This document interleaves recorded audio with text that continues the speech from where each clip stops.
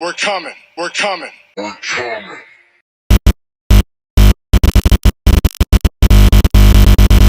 How you doing?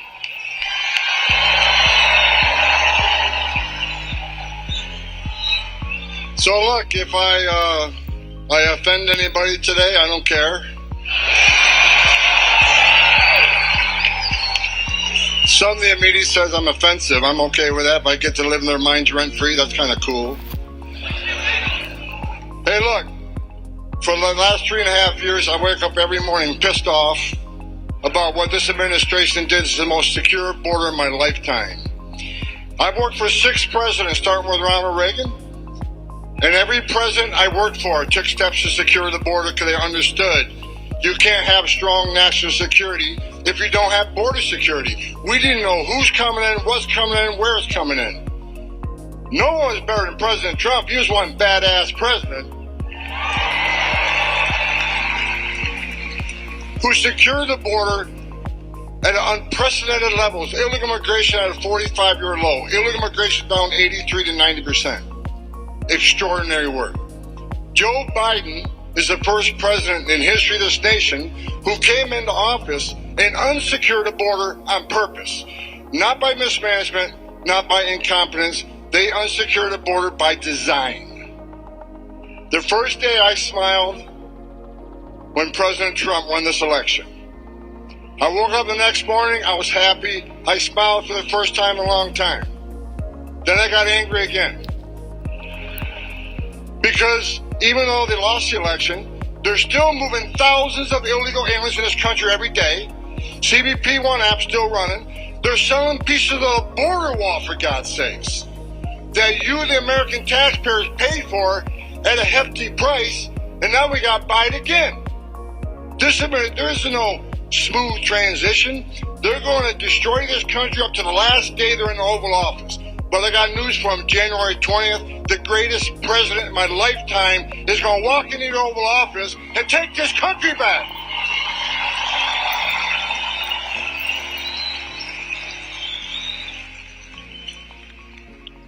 President Trump called me a few Fridays ago and says, okay, you've been bitching about the border for 4 years. You want to come fix it? I said, absolutely. I'm back.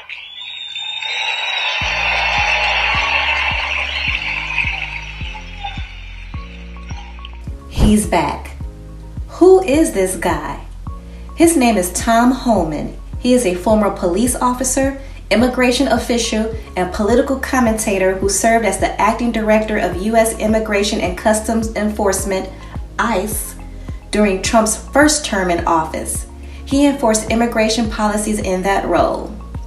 In November 2024, President-elect Donald Trump announced that Homan will return to his administration as the Border Czar, a position based in the White House rather than within an agency. As Border Czar, Homan will be in charge of policing and controlling our borders, as well as spearheading, coordinating, and overseeing one of Trump's core campaign pledges, which is conducting mass deportations of individuals residing in the U.S. illegally. I gotta learn how to retire. This is the second time I got unretired to come back for this president. But I love this president because he loves this country. I love this president because he wants to secure the border. I love this president because securing the border saves lives. What Joe Biden did by unsecuring the border is this. Sex trafficking, up over 600%. No suspected terrorists, people on the terrorist watch list, well over 300 apprehended. President Trump, in 4 years, we had 13. We ended catch release. Joe Biden's released at least 8 million illegal aliens to this country in violation of federal law. And I said it before, for the millions of illegal aliens that have been released in this country in violation of federal law, you're going home, and Tom Homan's going to make sure that happens. Wow. Homan's speech focuses on the goal of establishing national security and making our country safer as the reason for mass deportations and securing our borders. He works in law enforcement. He'll also talk about migrant spending and resources being directed towards illegal immigrants later in his speech as more examples of problems they are causing. But Trump has stated many times that he believes illegal immigrants are also to blame for increased costs for healthcare, housing, and education. And removing those who are here illegally is a key part of his economic plan to help bring down these costs. Let me tell you what the problems are with housing. To state it plainly, there is a housing affordability crisis in America. Millions of Americans can't afford to buy a home or rent a suitable apartment. A main reason for not being able to afford suitable housing is there is a housing shortage. We're talking about supply and demand. According to an article from the Associated Press, the shortfall, which some economists say ranges from 1 million to around 4 million homes, has for the better part of the last decade fueled bidding wars that boosted the median sales price of a home to an all-time high of $426,900 in June 2024. In May, national home prices were up 48% from 4 years earlier. It is difficult for people to become homeowners. This is concerning because it is well known that home ownership is a major way to wealth creation. Renters aren't catching a break either because according to the same AP article, asking rent remains roughly 20% higher than it was before the pandemic. There are many who would agree that illegal immigrants have been one reason for the increased competition for homes, increased prices, and shortage of homes. You'll see later in this video the impact migrant spending has had in my hometown, Chicago, and the frustration Chicagoans are having. Think about this for a moment, what they did. They created the biggest national security vulnerability this nation's ever seen. I already said they arrested over 300 people on the terrorist watch list. But there's over 2 million known gotaways. Why did 2 million people pay more to get away? Why didn't they pay less to be turned over to the Border Patrol, be released within 24 hours, get a free airline ticket to the city of their choice, get a free hotel room at $500 a night, get 3 square meals a day, get free medical attention, and get work authorization within 120 days? Why did they pay more not to take advantage of this free giveaway program? Because they didn't want to be vetted. They didn't want to be fingerprinted. These are your gang members. These are the ones carrying fentanyl across the border. And these are people from terrorist-related countries. After 9/11, we created all these databases. You got the FBI screening database. You got the DOD intel database. You got the visa security program, which stopped thousands of people from getting the visa to come to the United States like the terrorists from 9/11 did. So we vet them now, and we vet through the process. You don't get a visa if we find derogatory information in your background. But what terrorist today is going to put himself in a position to ask for a visa or ask for an airline ticket when he can simply go to Mexico and be a part of that 2 million getaway? I don't know how many terrorists cross this border under Joe Biden. Someday we're going to find out. And it's going to be a bad day for America. When that happens, we're going to have one badass president in the White House, that's Donald Trump, who's going to make sure we respond appropriately.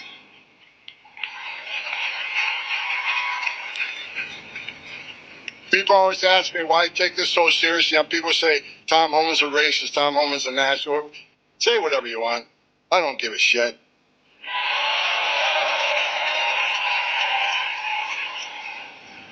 Why do I care? I care because I stood in the back of a tractor trailer with 19 dead aliens that suffocated and baked to death, including a 5-year-old little boy that died in his father's arms.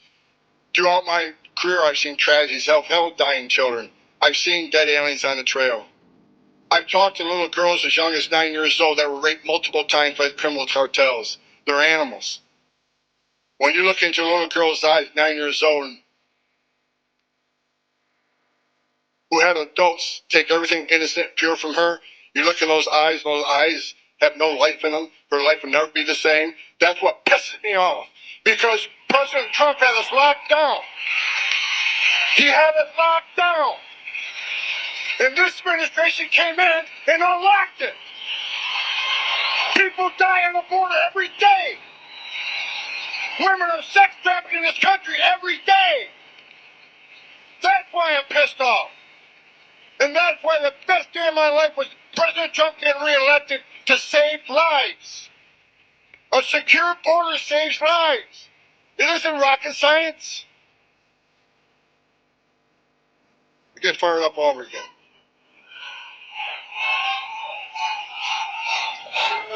You Trump, Trump, Trump.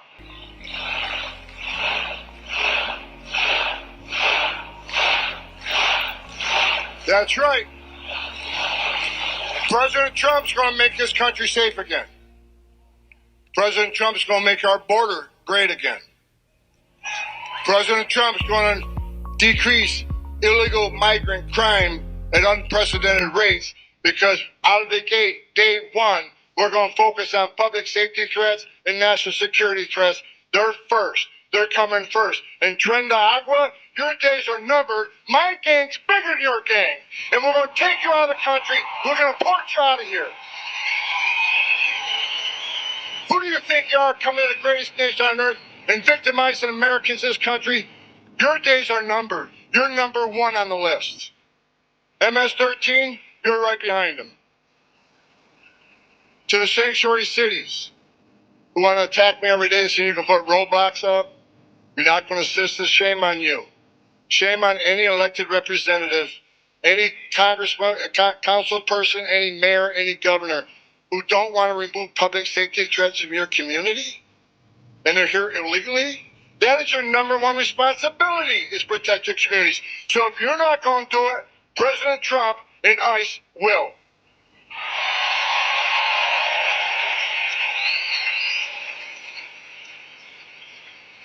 The mayor of Chicago, not a real bright guy, says Tom Homan isn't welcome in Chicago. Well, guess where Tom Homan's going to be day one? Chicago, Illinois. You don't want me there? Come get me. The people of Chicago have spoken. I went there a few weeks ago. The black community's upset. The whole community's upset because violent crime is up and millions of dollars in public services are being given to people who are not supposed to be here. Meanwhile, the tax-paying community that is in a bad way because the Biden administration's economic plans, they're getting robbed every day by giving millions of dollars to people who are not even supposed to be here. That's right. He is correct about Chicagoans. Check this out. Frustration hit a peak at a city council meeting as aldermen and residents keep clashing over how taxpayer money should be spent on migrants. The council's Immigration and Housing Joint Committee couldn't vote or even start the meeting because some members didn't show up. But people still got to speak during public comment, and Alderman Byron Lopez announced a November referendum where voters can decide if the city should tax millionaires 3% to help migrants. We have 120,000 millionaires who live in the city of Chicago who can pay the fair share, and there are solutions so that we can do both. Care for new neighbors as well as the current neighbors. Are y'all lying to us? Because, see, we know that the budget stated that you guys spent $400 million on the migrants who are illegal immigrants last year. The city is currently in a $235 million deficit, which means that you guys overspent the budget to pay for people who have not paid any taxes. We are the ones who pay your salaries. Salaries. Let me accentuate on that. But yet, you want to overlook us like we don't exist. The good news is we got 48 days before Trump take that oath. In January, ICE gonna come in and get rid of these illegal immigrants. You got Cash Patel and Pam Bundy that you're gonna have to deal with sooner than later. Then it's gonna be an audit. Then it's gonna be an indictment. Conviction. That's what's gonna happen to you. Our mayor is embarrassing us, y'all, around the world. And you all took the power back from him to say the city of Chicago is out of the business of funding illegals. We are out of the business of prioritizing non-American citizens on top of the American citizens who go out in this cold weather every day to make money to pay their taxes. Immigration is one of the top two issues, according to our polls, that voters really care about. And here at the DNC, the only time it's been mentioned has been to attack President Trump. But there has been no acknowledgement about how the migrant crisis has affected cities like right here in Chicago. For the last 2 years, more than 46,000 migrants have come to this city. They have been sheltered in airports and police stations and makeshift shelters. And a lot of Chicagoans that we have spoken to, well, they feel resentful, especially those who live in the Black and Hispanic communities, because so many resources, $460 million so far, have been shifted and diverted to migrants and away from them. We have our own citizens here who've been in Chicago all their lives, their families, and they're not getting any help. They need to start with the streets of Chicago first and then help them out. I have relatives that came from Mexico or wherever, and we all had to struggle, so like everything is handed to them on a plate. I think you just want to try to regulate as much as possible. Try to put some parameters in place to make sure, a specific type of migrant is getting in and not just anybody. 2/3 of the money that Chicago has spent on this crisis has gone towards free healthcare. They've also given out $15,000 free rent stipends to these migrants. And look, Chicagoans we spoke to say there's about 500,000 folks here who are living in poverty, and they could use more help. Welcome back. We are learning much more about the migrant crisis right here in Chicago. I spoke with Christina Pacioni-Zayas, the city's first deputy chief of staff. She gave me insight on how the crisis is impacting the city and the state financially. Already this week, 41 buses have rolled into Chicago, and that means there are now 11,000 migrants living in shelters. 4,000 are still sleeping on police station floors and staying at the airport. Now, this is really startling. 30% of migrants here in Chicago are children. Majority of them are attending Chicago public schools. Right now, the state is footing the bill for what they call temporary housing, apartments and homes that are rented out for migrants. The state is paying on the high end $9,000 in rental assistance over a 6-month period of time. With that comes help moving in and a starter kit to furnish the apartment. That rent lasts for 6 months, and ideally people would have started their legal process, secured legal authorization, and then be able to sustain that apartment. And so the cost, or I guess the payment towards the landlord, is based on market rate. It's based on the configuration of the apartment, how many rooms, where it's located, all of those things. And so it kind of varies from place to place. We ran out of time, but I did reach out to the city to see how many asylum seekers are currently taking advantage of the rental assistance program. We haven't heard back from the city on that. The city put $4 million towards helping migrants get temporary housing. The state added $38 million to that, and right now there are only 30 to 40 case management workers from Catholic Charities working to get thousands of migrants temporary housing, and I'm told there's a push to hire more. NBC5 investigates, which for months has followed the money trail tied to Chicago's migrant mission. Total spending now tops more than $400 million. Now, despite the creation of a city spending website, it's still not exactly clear where all of that money has gone. In this follow-up report, investigative reporter Bennett Haberly uncovers some new information not shared by the city. Consider these numbers. More than 6,000 people still live in city-run migrant shelters. That means costs are still adding up. Since August of 2022, the city of Chicago has spent more than $400 million, according to the city's spending website. Nearly $253 million went to one private company, Kansas-based Favorite Healthcare Staffing, which staffs the shelters. Another $76 million went to Equitable Social Solutions.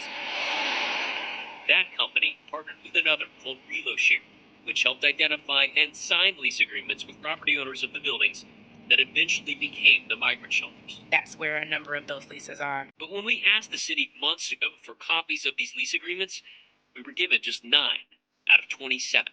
The use of these private companies has helped mask from public view where the public dollars have flowed. What we didn't know until now is how much the property owners of the migrant shelters were earning. But thanks to a new lawsuit, we're being provided some more clarity. A lending company filed this lawsuit last month against 2 Chicago developers, alleging they did not make it clear when they signed a loan agreement that the building in the West Loop would be used to house migrants. What is not in dispute is that the owners of the Ogden shelter are paid $150,000 a month by ReloShare as part of a use agreement. That means in a year's time, they've received more than $1.8 million. The lease agreement also calls for additional payments of up to $400,000 if the number of migrants inside the Ogden shelter exceeds 650. The latest figures show more than 700 people still live here. If there are public dollars involved, shouldn't the public know where they flow? 100%. Back in March, Alderman Andre Vasquez, the chair of the City Council's Migrant Committee, told us aldermen themselves have had a hard time accounting for all the spending. That's still the question that's out. We attempted to ask Mayor Brandon Johnson about this at the time. He said this. Again, we're meeting you right where you are. Were it not for this new lawsuit, the public would have no idea how much these property owners are earning. All right, good afternoon, everyone. Thank you. We pressed the mayor about this last week and asked if he would consider adding the information to the city's website. He said this. We have given an accurate account of how dollars have been spent. That's it. Is there anything that would preclude your administration from sharing that level of detail? There's no information that has been kept from you. Johnson then reiterated talking points he's made before, how he's renegotiated contracts to save taxpayer money, and how Congress has failed to provide additional financial relief. He also doubled down, incorrectly stating that all spending information is available. That information is available to you, sir. Not all of it, though, sir. I mean, Can you give me a specific example of what's just not available? the Ogden shelter in the West Loop. That's what this spelled out in this lawsuit. That they get $150,000 just for being the property owner per month. Nowhere is that available on the city's spending website. My question again is simply, is there anything that would preclude you from including that level of detail? You guys have said you're transparent. Why not show it? All of the information related to the spending of this mission is available. That's where we left it. We have checked over and over again to see if additional information was added to the city's website. If it is, we'll let you know. Bennett Haverly, NBC5 Invest. And Chicago Mayor Brandon Johnson has announced that the city is facing a more than $500 million budget deficit for 2024. Now, $200 million of that his office attributes to the growing cost of caring for migrants. NBC5 Investigates has been working to follow the money in this crisis. Bennett Haverly now joins us now with more on what he's uncovered. Bennett. Marion and Alex, the more migrants who arrive in Chicago, the higher costs to the city. But exactly how that money has been spent has been a harder question to answer. They now call Chicago home. More than 13,000 migrants who've arrived in the past year and been placed in hotels, police stations, and shelters across the city. This man told our sister station, Telemundo Chicago, he's been given a good bed and a good life while staying at the Inn of Chicago, a shelter that houses 1,500 people. For months, NBC5 Investigates has been asking city agencies for copies of financial records to better understand where the money has flowed to care for migrants. While the city continues to withhold many of the records we've requested, we did obtain contracts and a spreadsheet showing since October the city has spent at least $83 million on this crisis. The bulk of that money, more than $56 million, went to Favorite Staffing, a Kansas-based company whose employees work at the shelters. In response to our requests, the city has so far provided just 2 invoices showing how much Favorite staffers are being paid. This invoice from the now closed shelter at Truman College shows a facility manager made $14,000 in 1 week.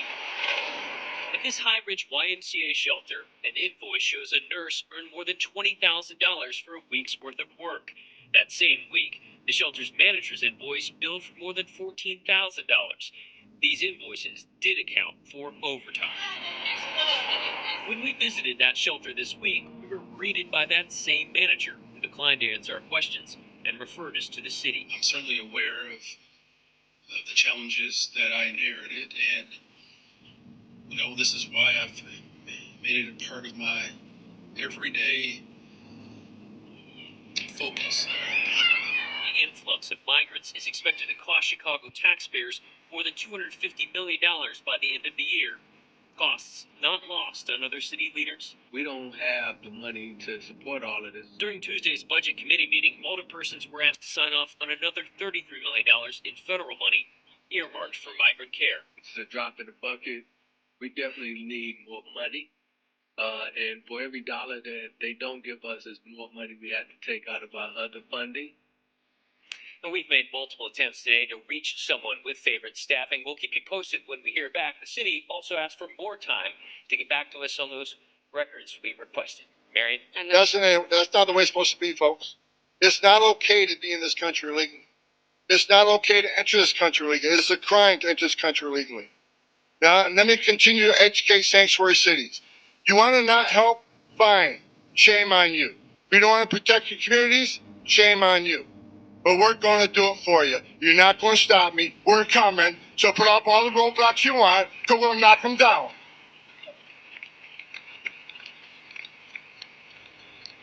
And don't cross that line.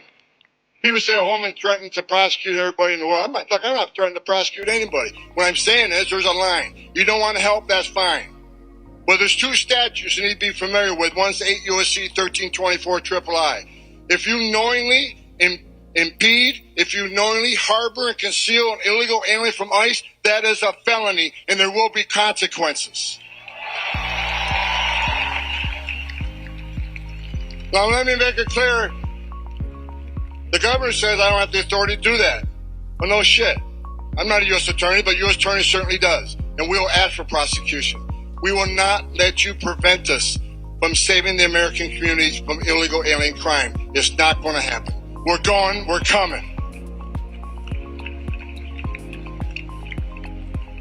So even though I say we're going to prioritize criminal threats and national security threats out of the gate, that's a fact. However, when sanctuary cities won't let us into the jail to arrest the bad guy in the safety and security of that county jail, which means they're going to release that criminal back into the immigrant community, which puts the immigrant community at risk of crime. It puts our officers at great risk. Rather than arresting a guy in the safety and security of a county jail where he don't have weapons, now we got to go to the community, find him. We have access to who knows what weapons. You're putting the community at risk. You're putting officers at risk. You're putting the alien at risk. And I'm going to give you exactly what you don't want. You don't want us in jail? All right, so I'll send a whole bunch of agents into your community, and we'll find the bad guy. And when we find the bad guy, he's probably going to be with others that aren't a priority apprehension. But guess what? They're getting arrested too. So you're going to get exactly what you don't want, more arrests in your communities. I don't want to do that. I'd much rather be safe for the agents to arrest the guy in the county jail, but they don't let us in. Fine. You're not going to stop us. We'll go to the community, and we will find him. You're not going to stop us. Put all the roadblocks you want. It's not going to work. We're going to do this because the American people demand it. You gave President Trump a mandate, and we're going to make sure that mandate's held up. I'm open to any ideas that could help resolve the housing crisis. I know there are challenges such as how will mixed status households be handled. Homan has indicated that this initiative requires significant resources, including an estimated $86 billion in funding and the construction of facilities capable of detaining tens of thousands of families prior to deportation. I know there is a chance that mass deportations as one solution to solving the housing crisis could backfire and make the housing crisis worse. And that's because immigrants make up a significant portion of our construction workforce and help build the houses we need. So although I'm not sure how many working in construction are illegal immigrants, getting rid of the people who have key roles in housing construction can be a bad thing. And let me say, I want to say one thing in closing. And I said it at the RNC and I meant it. The criminal cartels in Mexico have killed more Americans than every terrorist organization in the world combined. Over 250,000 young Americans have died from fentanyl poisons. President Trump's going to hold China accountable for creating the precursors he's selling to the cartels. President Trump's going to hold Mexico accountable for not doing anything about these criminal cartels. President Trump's going to designate them terrorist organizations. And we're going to wipe them off the face of the earth. Criminal cartels I got numerous death threats. Criminal cartels make death threats against me. Bring it. Because the greatest country on the face of this earth is going to put you out of business and put you in prison. If Mexico don't do it, the United States will. President Trump will. Are you ready to secure the border? Then get on your feet. Are you ready to secure the border? Are you ready for the biggest deportation operation you've ever seen? Are you ready for President Trump to walk on this stage? God bless you. God bless America.